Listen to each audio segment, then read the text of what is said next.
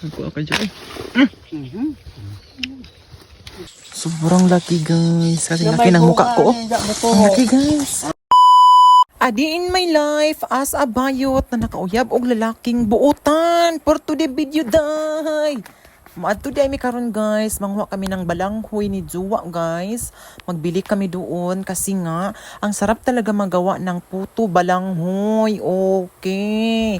So ngayon, ang balak sana nga namin ni Juwa ay manghuwa muna ng butong or buko. Kaso nga lang, wala mang bunga ang buko guys. Nanghuwa na lang kami ng balanghoy for himuon sa aming gawin naming puto balanghoy. Kasi Juwa kasi sige nag-apura guys na alis daw kami mamasyal. Kung sabi ko naman, saan ba ta mamasyal? Uy, sa Kalibunan? Nga naman ta sa bukid mo nang lakaw na lang may mga oras ani alas 3 na, di na kadyo init sakto sad ko nang ari may diri agi na miss pud na ako guys nga nang ari na pud lamang ko ba. Na miss na mo ang mga sa unang panahon yung mga bata pa kami dito kami manguha. At ito pala yung palaw kung sa mga nakakilala kung ano yung palaw sa Bisaya is paw. Masarap din ito guys. Parang di siyang gabi pero mas masarap ito sa gabi guys. Uy. Kaso nga lang ang hirap talaga mag-ibot nito guys. Kaya kailangan talaga lalaki ang manguha nito at saka eksperto kasi kung manguha ka tapos wala kang alam ay naku wag ka na lang magpatuga-tuga dyan. Pang 4 days na day namo diri guys no sa buki diri sa amua guys no mo nang mga mag-explore talaga kami dito guys. Kaya wala yung aming mga background, yung aming ina-upload is mga green talaga. Kasi baka manibago kayo dyan kasi yung kadalasan namin i-upload is yung mga joke namin ni Jowa. Pero ngayon mag-explore muna kami sa bukid mga para ma-relax naman ang ating mga utok, mga mata, sa ating mga silingan maritis diha mo nang magpalayo usat ta sa mga toxic ba. O kato di ay nga dahon guys no motoy among gawin sa dati pag mag-CR kami sa Kalibunan, yun ang gawin naming tissue. At pagdating namin dito guys, merong usok-usok na parang may tao yun pala may doon, may mama, may tatay doon na nagkupras kaya dumiretso na lang kami dito, saktong-sakto, magbili na lang kami ng balanghoy kasi marami talaga siyang tanim na balanghoy, saging, pipinya, marami talaga sari-sari, may mga langka, may mga daming prutas. Basta sa bukid talaga guys, no, wala ka talagang ibang makikita yung mga tanim na kagaya nito, bayabas, mga lansunis, mga balanghoy, kamuti, basta magsipag talaga ka dito, mabubuhay ka talaga guys. Kaya isa din ito guys sa mga nagustuhan ko at kanang akong ganahan nga muuwi po diri sa amua kay para po ma-relax ko. Syempre dito ako lumaki, ito yung namatuunan nako kaya kailangan jud ko muuli sad ko, ma-relax man jud ko mga inani. Bisan kayo guys no nakaka-relax pag mga inani nga place, mga inani mga tanawin, mga green tanan, basta mga bukid style probinsya kaayo guys. Maunang uli jud mi diri. At kaya guys, nagsabi na kami kay tatay na magbili kami ng balanghoy at tapos naabutan namin siya, nagkupra pala siya. Ayun, nagtapan ang tawag sa amin sa Bisaya, nagtapan. At saka meron din siyang mga marang, kaso nga lang daw wala daw gandang hindi daw maganda ang bunga ng mga marang daw. Ngayon nahuhulog siya ng bata pa. Kaya nga, sayang siya. Dati talaga guys, pag mga bata pa kami, wala naman kami pambili. Tapos ibibenta naman to, naglalaway na lang talaga kami. Tapos pagdadaan siya sa amin, yung amoy lang talaga, yung baho ng marang talaga yung aming ang sarap naman kainin. Pero ito nga nasira talaga siya guys, nalalaglag daw na. Hindi maganda yung siguro sa huwaw, sa El Nino kaya nahuhulog.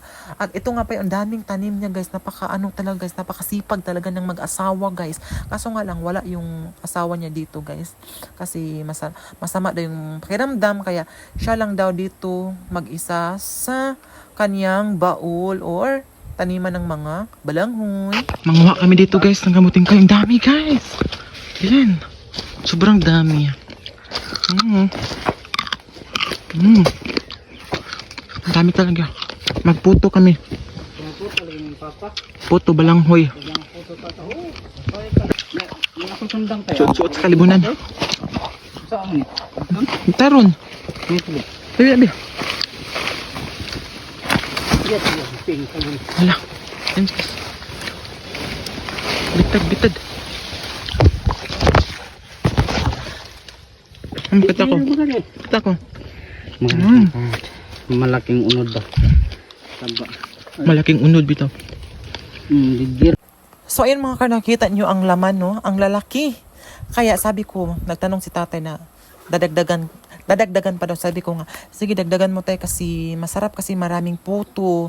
Lalo na pag mabahaw, masarap talaga kainin yung puto. Kahit mabahaw siya mga kart na ko, ang sarap. Hindi ko talaga ipagpalit yung putong balanghoy sa tinapay talaga guys. Kaya dinamihan na namin ang pagbili, tapos malalaki yung unod. At pagkahuman mga kahart, no, nagkuha din kami ng yung saktong isaing, kasi yung kinukuha namin una is pangputo na yun siya. May dalawa kasing variety. Kasi yung matanda na siya guys, hindi na yun mas maganda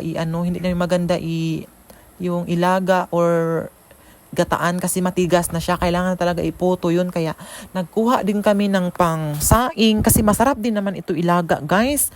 Parisa ng ginamos at saka pwede din ilagyan ng latik or gata. Kaya guys, dinagdagan ni namin para marami naman din kami kakain at saka matagal na rin hindi ako nakakaon nito ba. Kaya namimiss talaga nakin namin yung balanghoy. Ayan, ang lalaki talaga guys, sobra. At naalala ko dati guys, sa mga bata pa kami ba, wala kaming bigas, ito yung aming gawin pang kanin. Kaso nga lang, masakit sa tiyan kasi nga iba talaga pag kanin kaysa dito. Sa Bisaya pa guys, kabuhion, hindi ko alam anong Tagalog sa kabuhion. Basta kag makain ka nito ng balanghoy, kabuhion ka, pero wala kaming ibang choice kasi wala kaming biling pang bigas, kaya ito na lang ang aming kakainin. Masaya din naman kami dati kahit ganito lang aming pangsaing. Ang iulam namin dati, no? Pares namin sa balanghoy. Yung niyog, kudkod sa niyog tapos or lulugitin yung niyog. Tapos sausaw sa asin. Masaya na kaming magkakapatid mga kahit habang kumakain talaga, kaya nakakamiss. Marami kang maalalang mga memories, kaya hindi mo talaga, ang sarap balik-balikan talaga. Ang wa pamiog among agunon. May kamuti pero wa ni unod no. Sorry.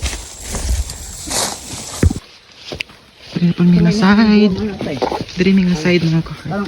Pwede na ito ba? Nga ng lawas, nga na. Guwang. Okay. Ibilil mo dadya ka. Ang laki guys, oh. Sa isang puno isa lang pero malaki siya.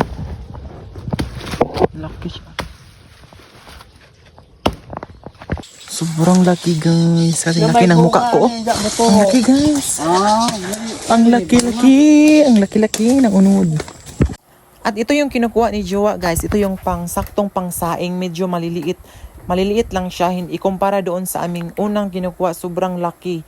Yun po ang pangputo talaga. Sa mga hindi nakakaalam, ito po yun ang tamang pangsaing. Yung ganito kalaki mga kahar. At hindi lang pala mga balanghoy ang nakatanim dito, may mga saging din. Sari-sari lang talaga guys. Basta lang yung wala kang masasayang na space sa lupa. Lahat occupied talaga. Ito ang maganda guys. So ayun na nga mga ka-heart, no, nakakuha na kami ng saktong pangsaing at gawang pangputo.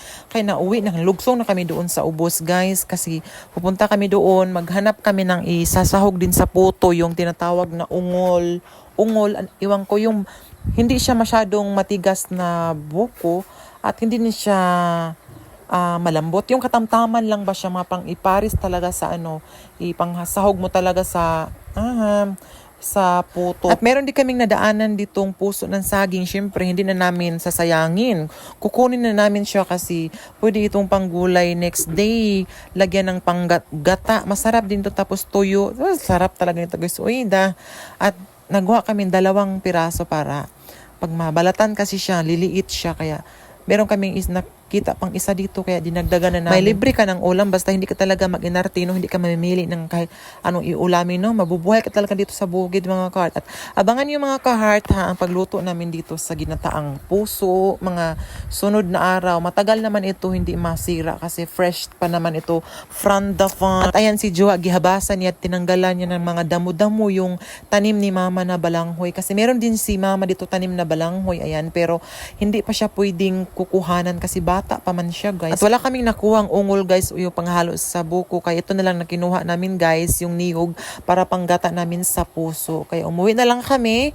Next day manghingi na lang kami sa kapitbahay ng isasahog namin sa aming puto balanghoy. At pagdating namin dito kay tatay guys, si Jua ay para siyang nangala, kay parang buntis siguro siya ba na nakita ka siya ditong namunga yung lansunis kaya nanghingi talaga siya, wala siyang nag-uwaw guys, nanghingi talaga at nagkumatkat na siya guys at nagkuha ng 2 pulongpo. Dito sa amin guys, pwede lang hingiin yung lansunis pero sa ibang lugar, lalo sa lungsod, hoy naku, hindi ka talaga makahingi guys, lahat binibili kaya dito masarap kasi fresh pa. So hanggang dito na lang muna mga cart, no, sa mga hindi pa naka-follow, please follow, subscribe sa aming YouTube channel at share sa aming mga video mga ka-heart. Hanggang dito na lang, abangan nyo po ang next upload namin. Maraming salamat mga ka-heart, we love you!